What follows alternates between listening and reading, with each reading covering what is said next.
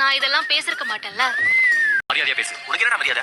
காலங்கத்தால என் வீட்டு வாசல்ல வந்து நிக்கிறேன். எத்தனை தடவை அவமானப்படுத்தினாலும் அசிங்கப்படுத்தினாலும் காரி துப்பினாலும் அதை தொடச்சிட்டு கூச்சமே இல்லாம திரும்ப திரும்ப வந்து நிக்கிறேன். உனக்கு நடந்தது எனக்கு நடந்ததா நானும் எப்போ செத்துருப்பேன். உடனே எங்கது? நான் உன்னை பார்க்க வரல, என் சக்தியை பார்க்க வந்தேன். என்ன பார்க்க கூடாதுன்னு சொல்ல உனக்கு உரிமை இல்லை. என்னடா சொல்ற? நான் அண்ணடா, எனக்கு இல்லாத உரிமை உனக்கு யாரா தந்தது? நான் உன்னை பார்க்க வரல, தேவையெல்லாம் பேசிட்டு இருக்காரு. போய் சக்தியை வர சொல்லு. உனக்கு எவ்வளவு தைரியம்? என் வீட்டுக்கு வந்து என் தங்கச்சி என்ன விட கூட சொல்ல உன்ன பேசி பழகல. நீ அவளோட பேசி பழகினா கண்டிப்பா அவளுக்கு ஒண்ணு பிடிச்சிடும். ஆனா நீ இனிமே சக்தியை அடிக்கடி மீட் பண்ணணும். அவ கூட பேசி பழகணும். அவ கூட நிறைய டைம் ஸ்பெண்ட் பண்ணணும். அவளால நிச்சயமா உன்னை புரிஞ்சுக்க முடியும். நீங்க ரெண்டு பேரும் ஒருத்தருக்கு ஒருத்தர் புரிஞ்சுக்கிட்ட அப்புறம் நான் கல்யாணத்துக்கான வேலையை ஸ்டார்ட் பண்ணிடுவேன். சக்தி என் கூட பேச விரும்புவாங்களா? ஏன் விரும்ப மாட்டா? உன்னை பத்தி நிறைய சொல்லியிருக்கேன். கண்டிப்பா அவன் உங்ககிட்ட பேசுவா.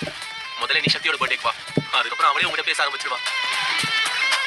நிச்சயமா வேண்டாம்னு சொல்ல மாட்டா, அந்த நம்பிக்கை எனக்கு இருக்கு.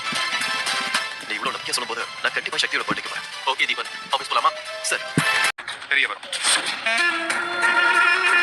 எஸ்பி சார், இந்த கேஸ் இன்வெஸ்டிகேட் பண்ண சொல்லி பெர்மிஷன் கொடுத்துட்டாரு. இனிமே ஃபுல் ஃபிளெஜா இந்த கேஸை தோண்டி துருவி ஆராய போறேன். இந்த மர்டருக்கு பின்னாடி வேலு மட்டும் இல்ல, அந்த பொண்ணு சம்பந்தப்பட்டிருக்காங்கிறத நான் நிரூபிப்பேன். ஐயோ, கொலை நடந்த இடத்துல இருந்து என்னோட முடியை வச்சு டிஎன்ஏ ரிப்போர்ட் வாங்கிட்டாரு. இவர் மட்டும் அந்த முடி என்னோட தானே கண்டுபிடிச்சிட்டா. நான் என்ன பண்றது? சக்தியோட பிறந்த நாளுக்கு அலங்காரம் பயங்கரமா இருக்கு. உண்மையாலுமே சக்தி கொடுத்து வச்சவதான். உங்களை மாதிரி ஒரு பாசமான அண்ணன் அவளுக்கு கிடைச்சதுக்கு. பின்ன உன் அண்ணன் மாதிரியா இருப்பாங்க?